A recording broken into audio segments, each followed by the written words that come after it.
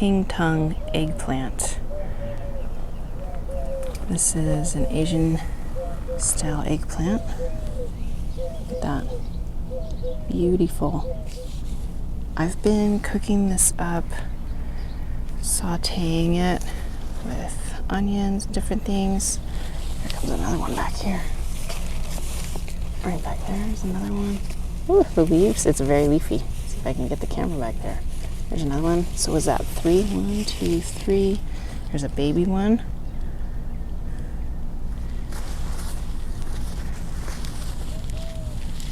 Oh, 4. Huh, there's another one.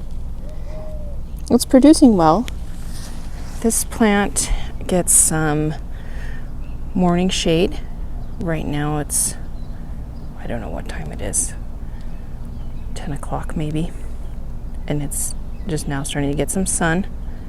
It'll get a little bit more shade as the sun shifts, and then it's going to get more sun in the afternoon, all throughout the afternoon, evening.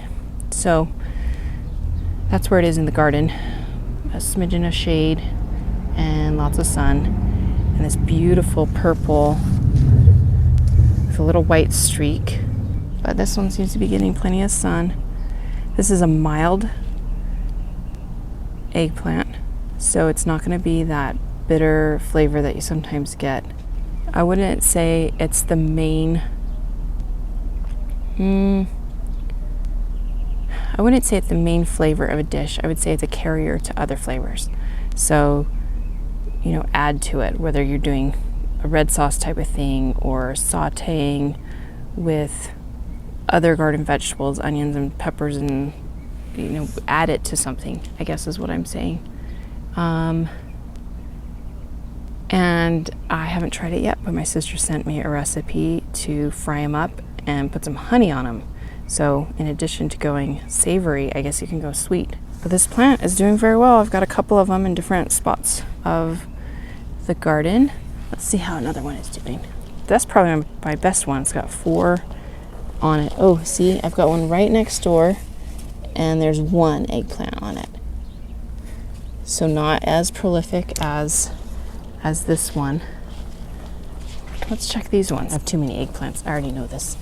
We'll probably end up freezing some of it if we get too many to eat. There's 2 baby ones on there. There's a mid-sized one.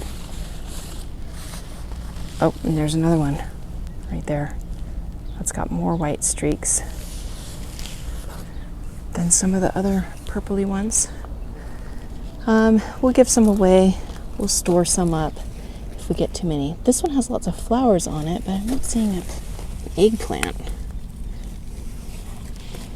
Okay, this one. See, there's a flower. And there's some flowers. And what's that one doing? Okay, this one's about to be an eggplant right there. I can feel that there's something in there. For eggplant care, I do take off these leaves that are kind of drying out, and I take off ones that are touching the ground like that. I leave the leaves right on the ground to decompose. I'm going to take this one too.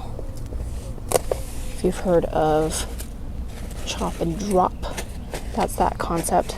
Just leave it to decompose on the bed itself. So I'll take that one too. And it can stay on the ground back there. And we can go down and see what some of the other eggplants look like.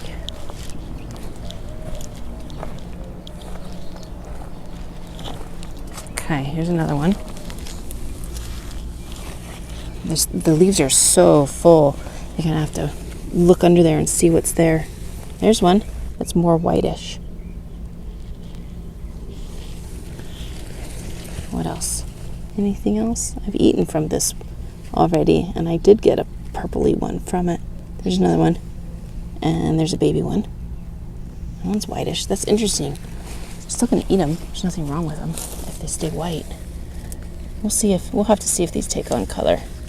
But for now, they are whitish. And that one has a streak of purple. I think they're so cute, and they are fun to eat. This one, look at that. That is not its own eggplant. That is a bunch of suckers coming off from my main plant. My main plant is sort of lying down in this direction and coming up here. So when you see something like that happen in the garden, take it off, because it's taking water and nutrients from the ground and diverting it to this growth that is not putting on any flowers or any eggplants at all. That's why they're called suckers. They're sucking your water and nutrients without giving anything in return. So I'm going to leave that to decompose right on the ground itself. And now that it's off, wow, eggplants are strong, because this plant wasn't necessarily suffering. It was still putting on eggplants, but I think it's going to do even better with those suckers gone. And then for a little garden cleanup, I'm going to take off some of these leaves that are touching the ground or already kind of maybe sun damaged.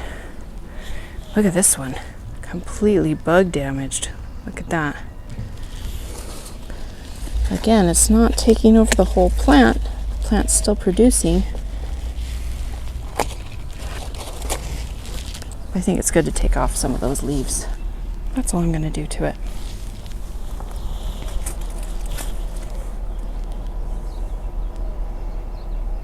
They're looking really good. I have a couple more eggplants too. I'll show you. This one I've already eaten from, and it has not put on more. So that's funny.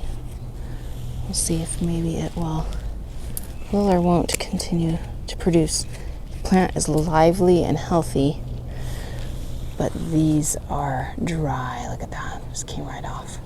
And that's probably from our heat wave. There's another one. So no fresh flower on it right now, but the plant is living, and I'm guessing when the heat wave is over, this is my prediction, that this plant will perk back up again and will produce again. So we'll see. And how's this one doing? This one's got an eggplant on it.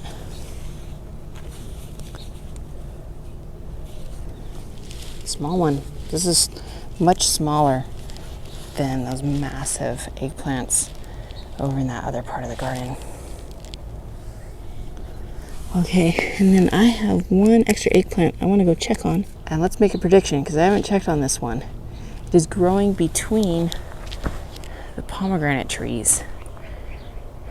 Does it have an eggplant on it, or is it too shaded out to produce any fruit?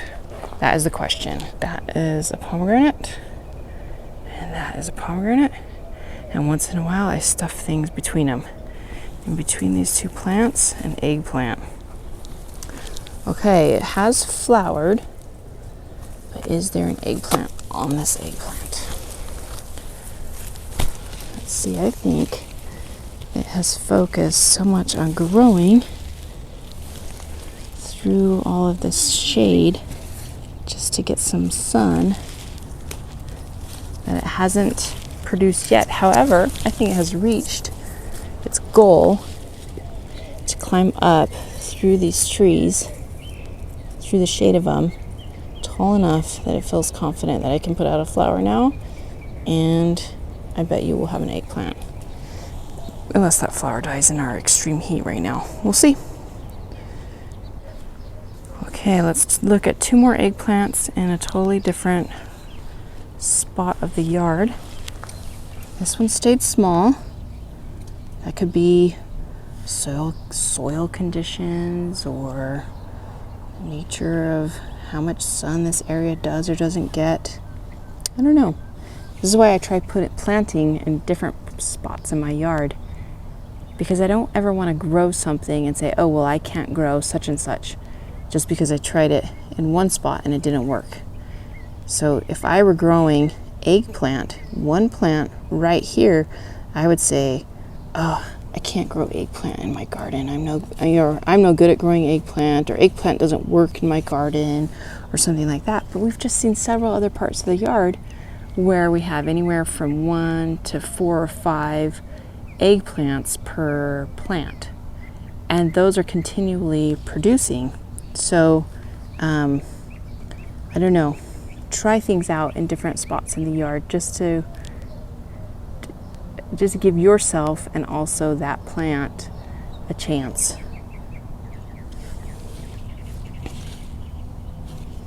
Well, I don't think I'm going to take it out. I'm going to leave it and see what else it wants to do. Let me get rid of a couple of these bottom leaves. Just see if it's going to grow at all. Just going to put on an eggplant or not. Getting some tomatoes in this area. I'm going to check on this other eggplant. Same garden bed, same plant, Tung eggplant. How are we doing? Oh, that looks like it might end up being an eggplant. This one right here. We'll see. A couple of dried up flowers. Too hot right now. Oh, I did take one from here. Look at this. I forgot about this. That's where I did cut off an eggplant, and this one has produced. That answers that question. I've eaten from it already. And I'm going to take off a couple of lower leaves that have gone brown.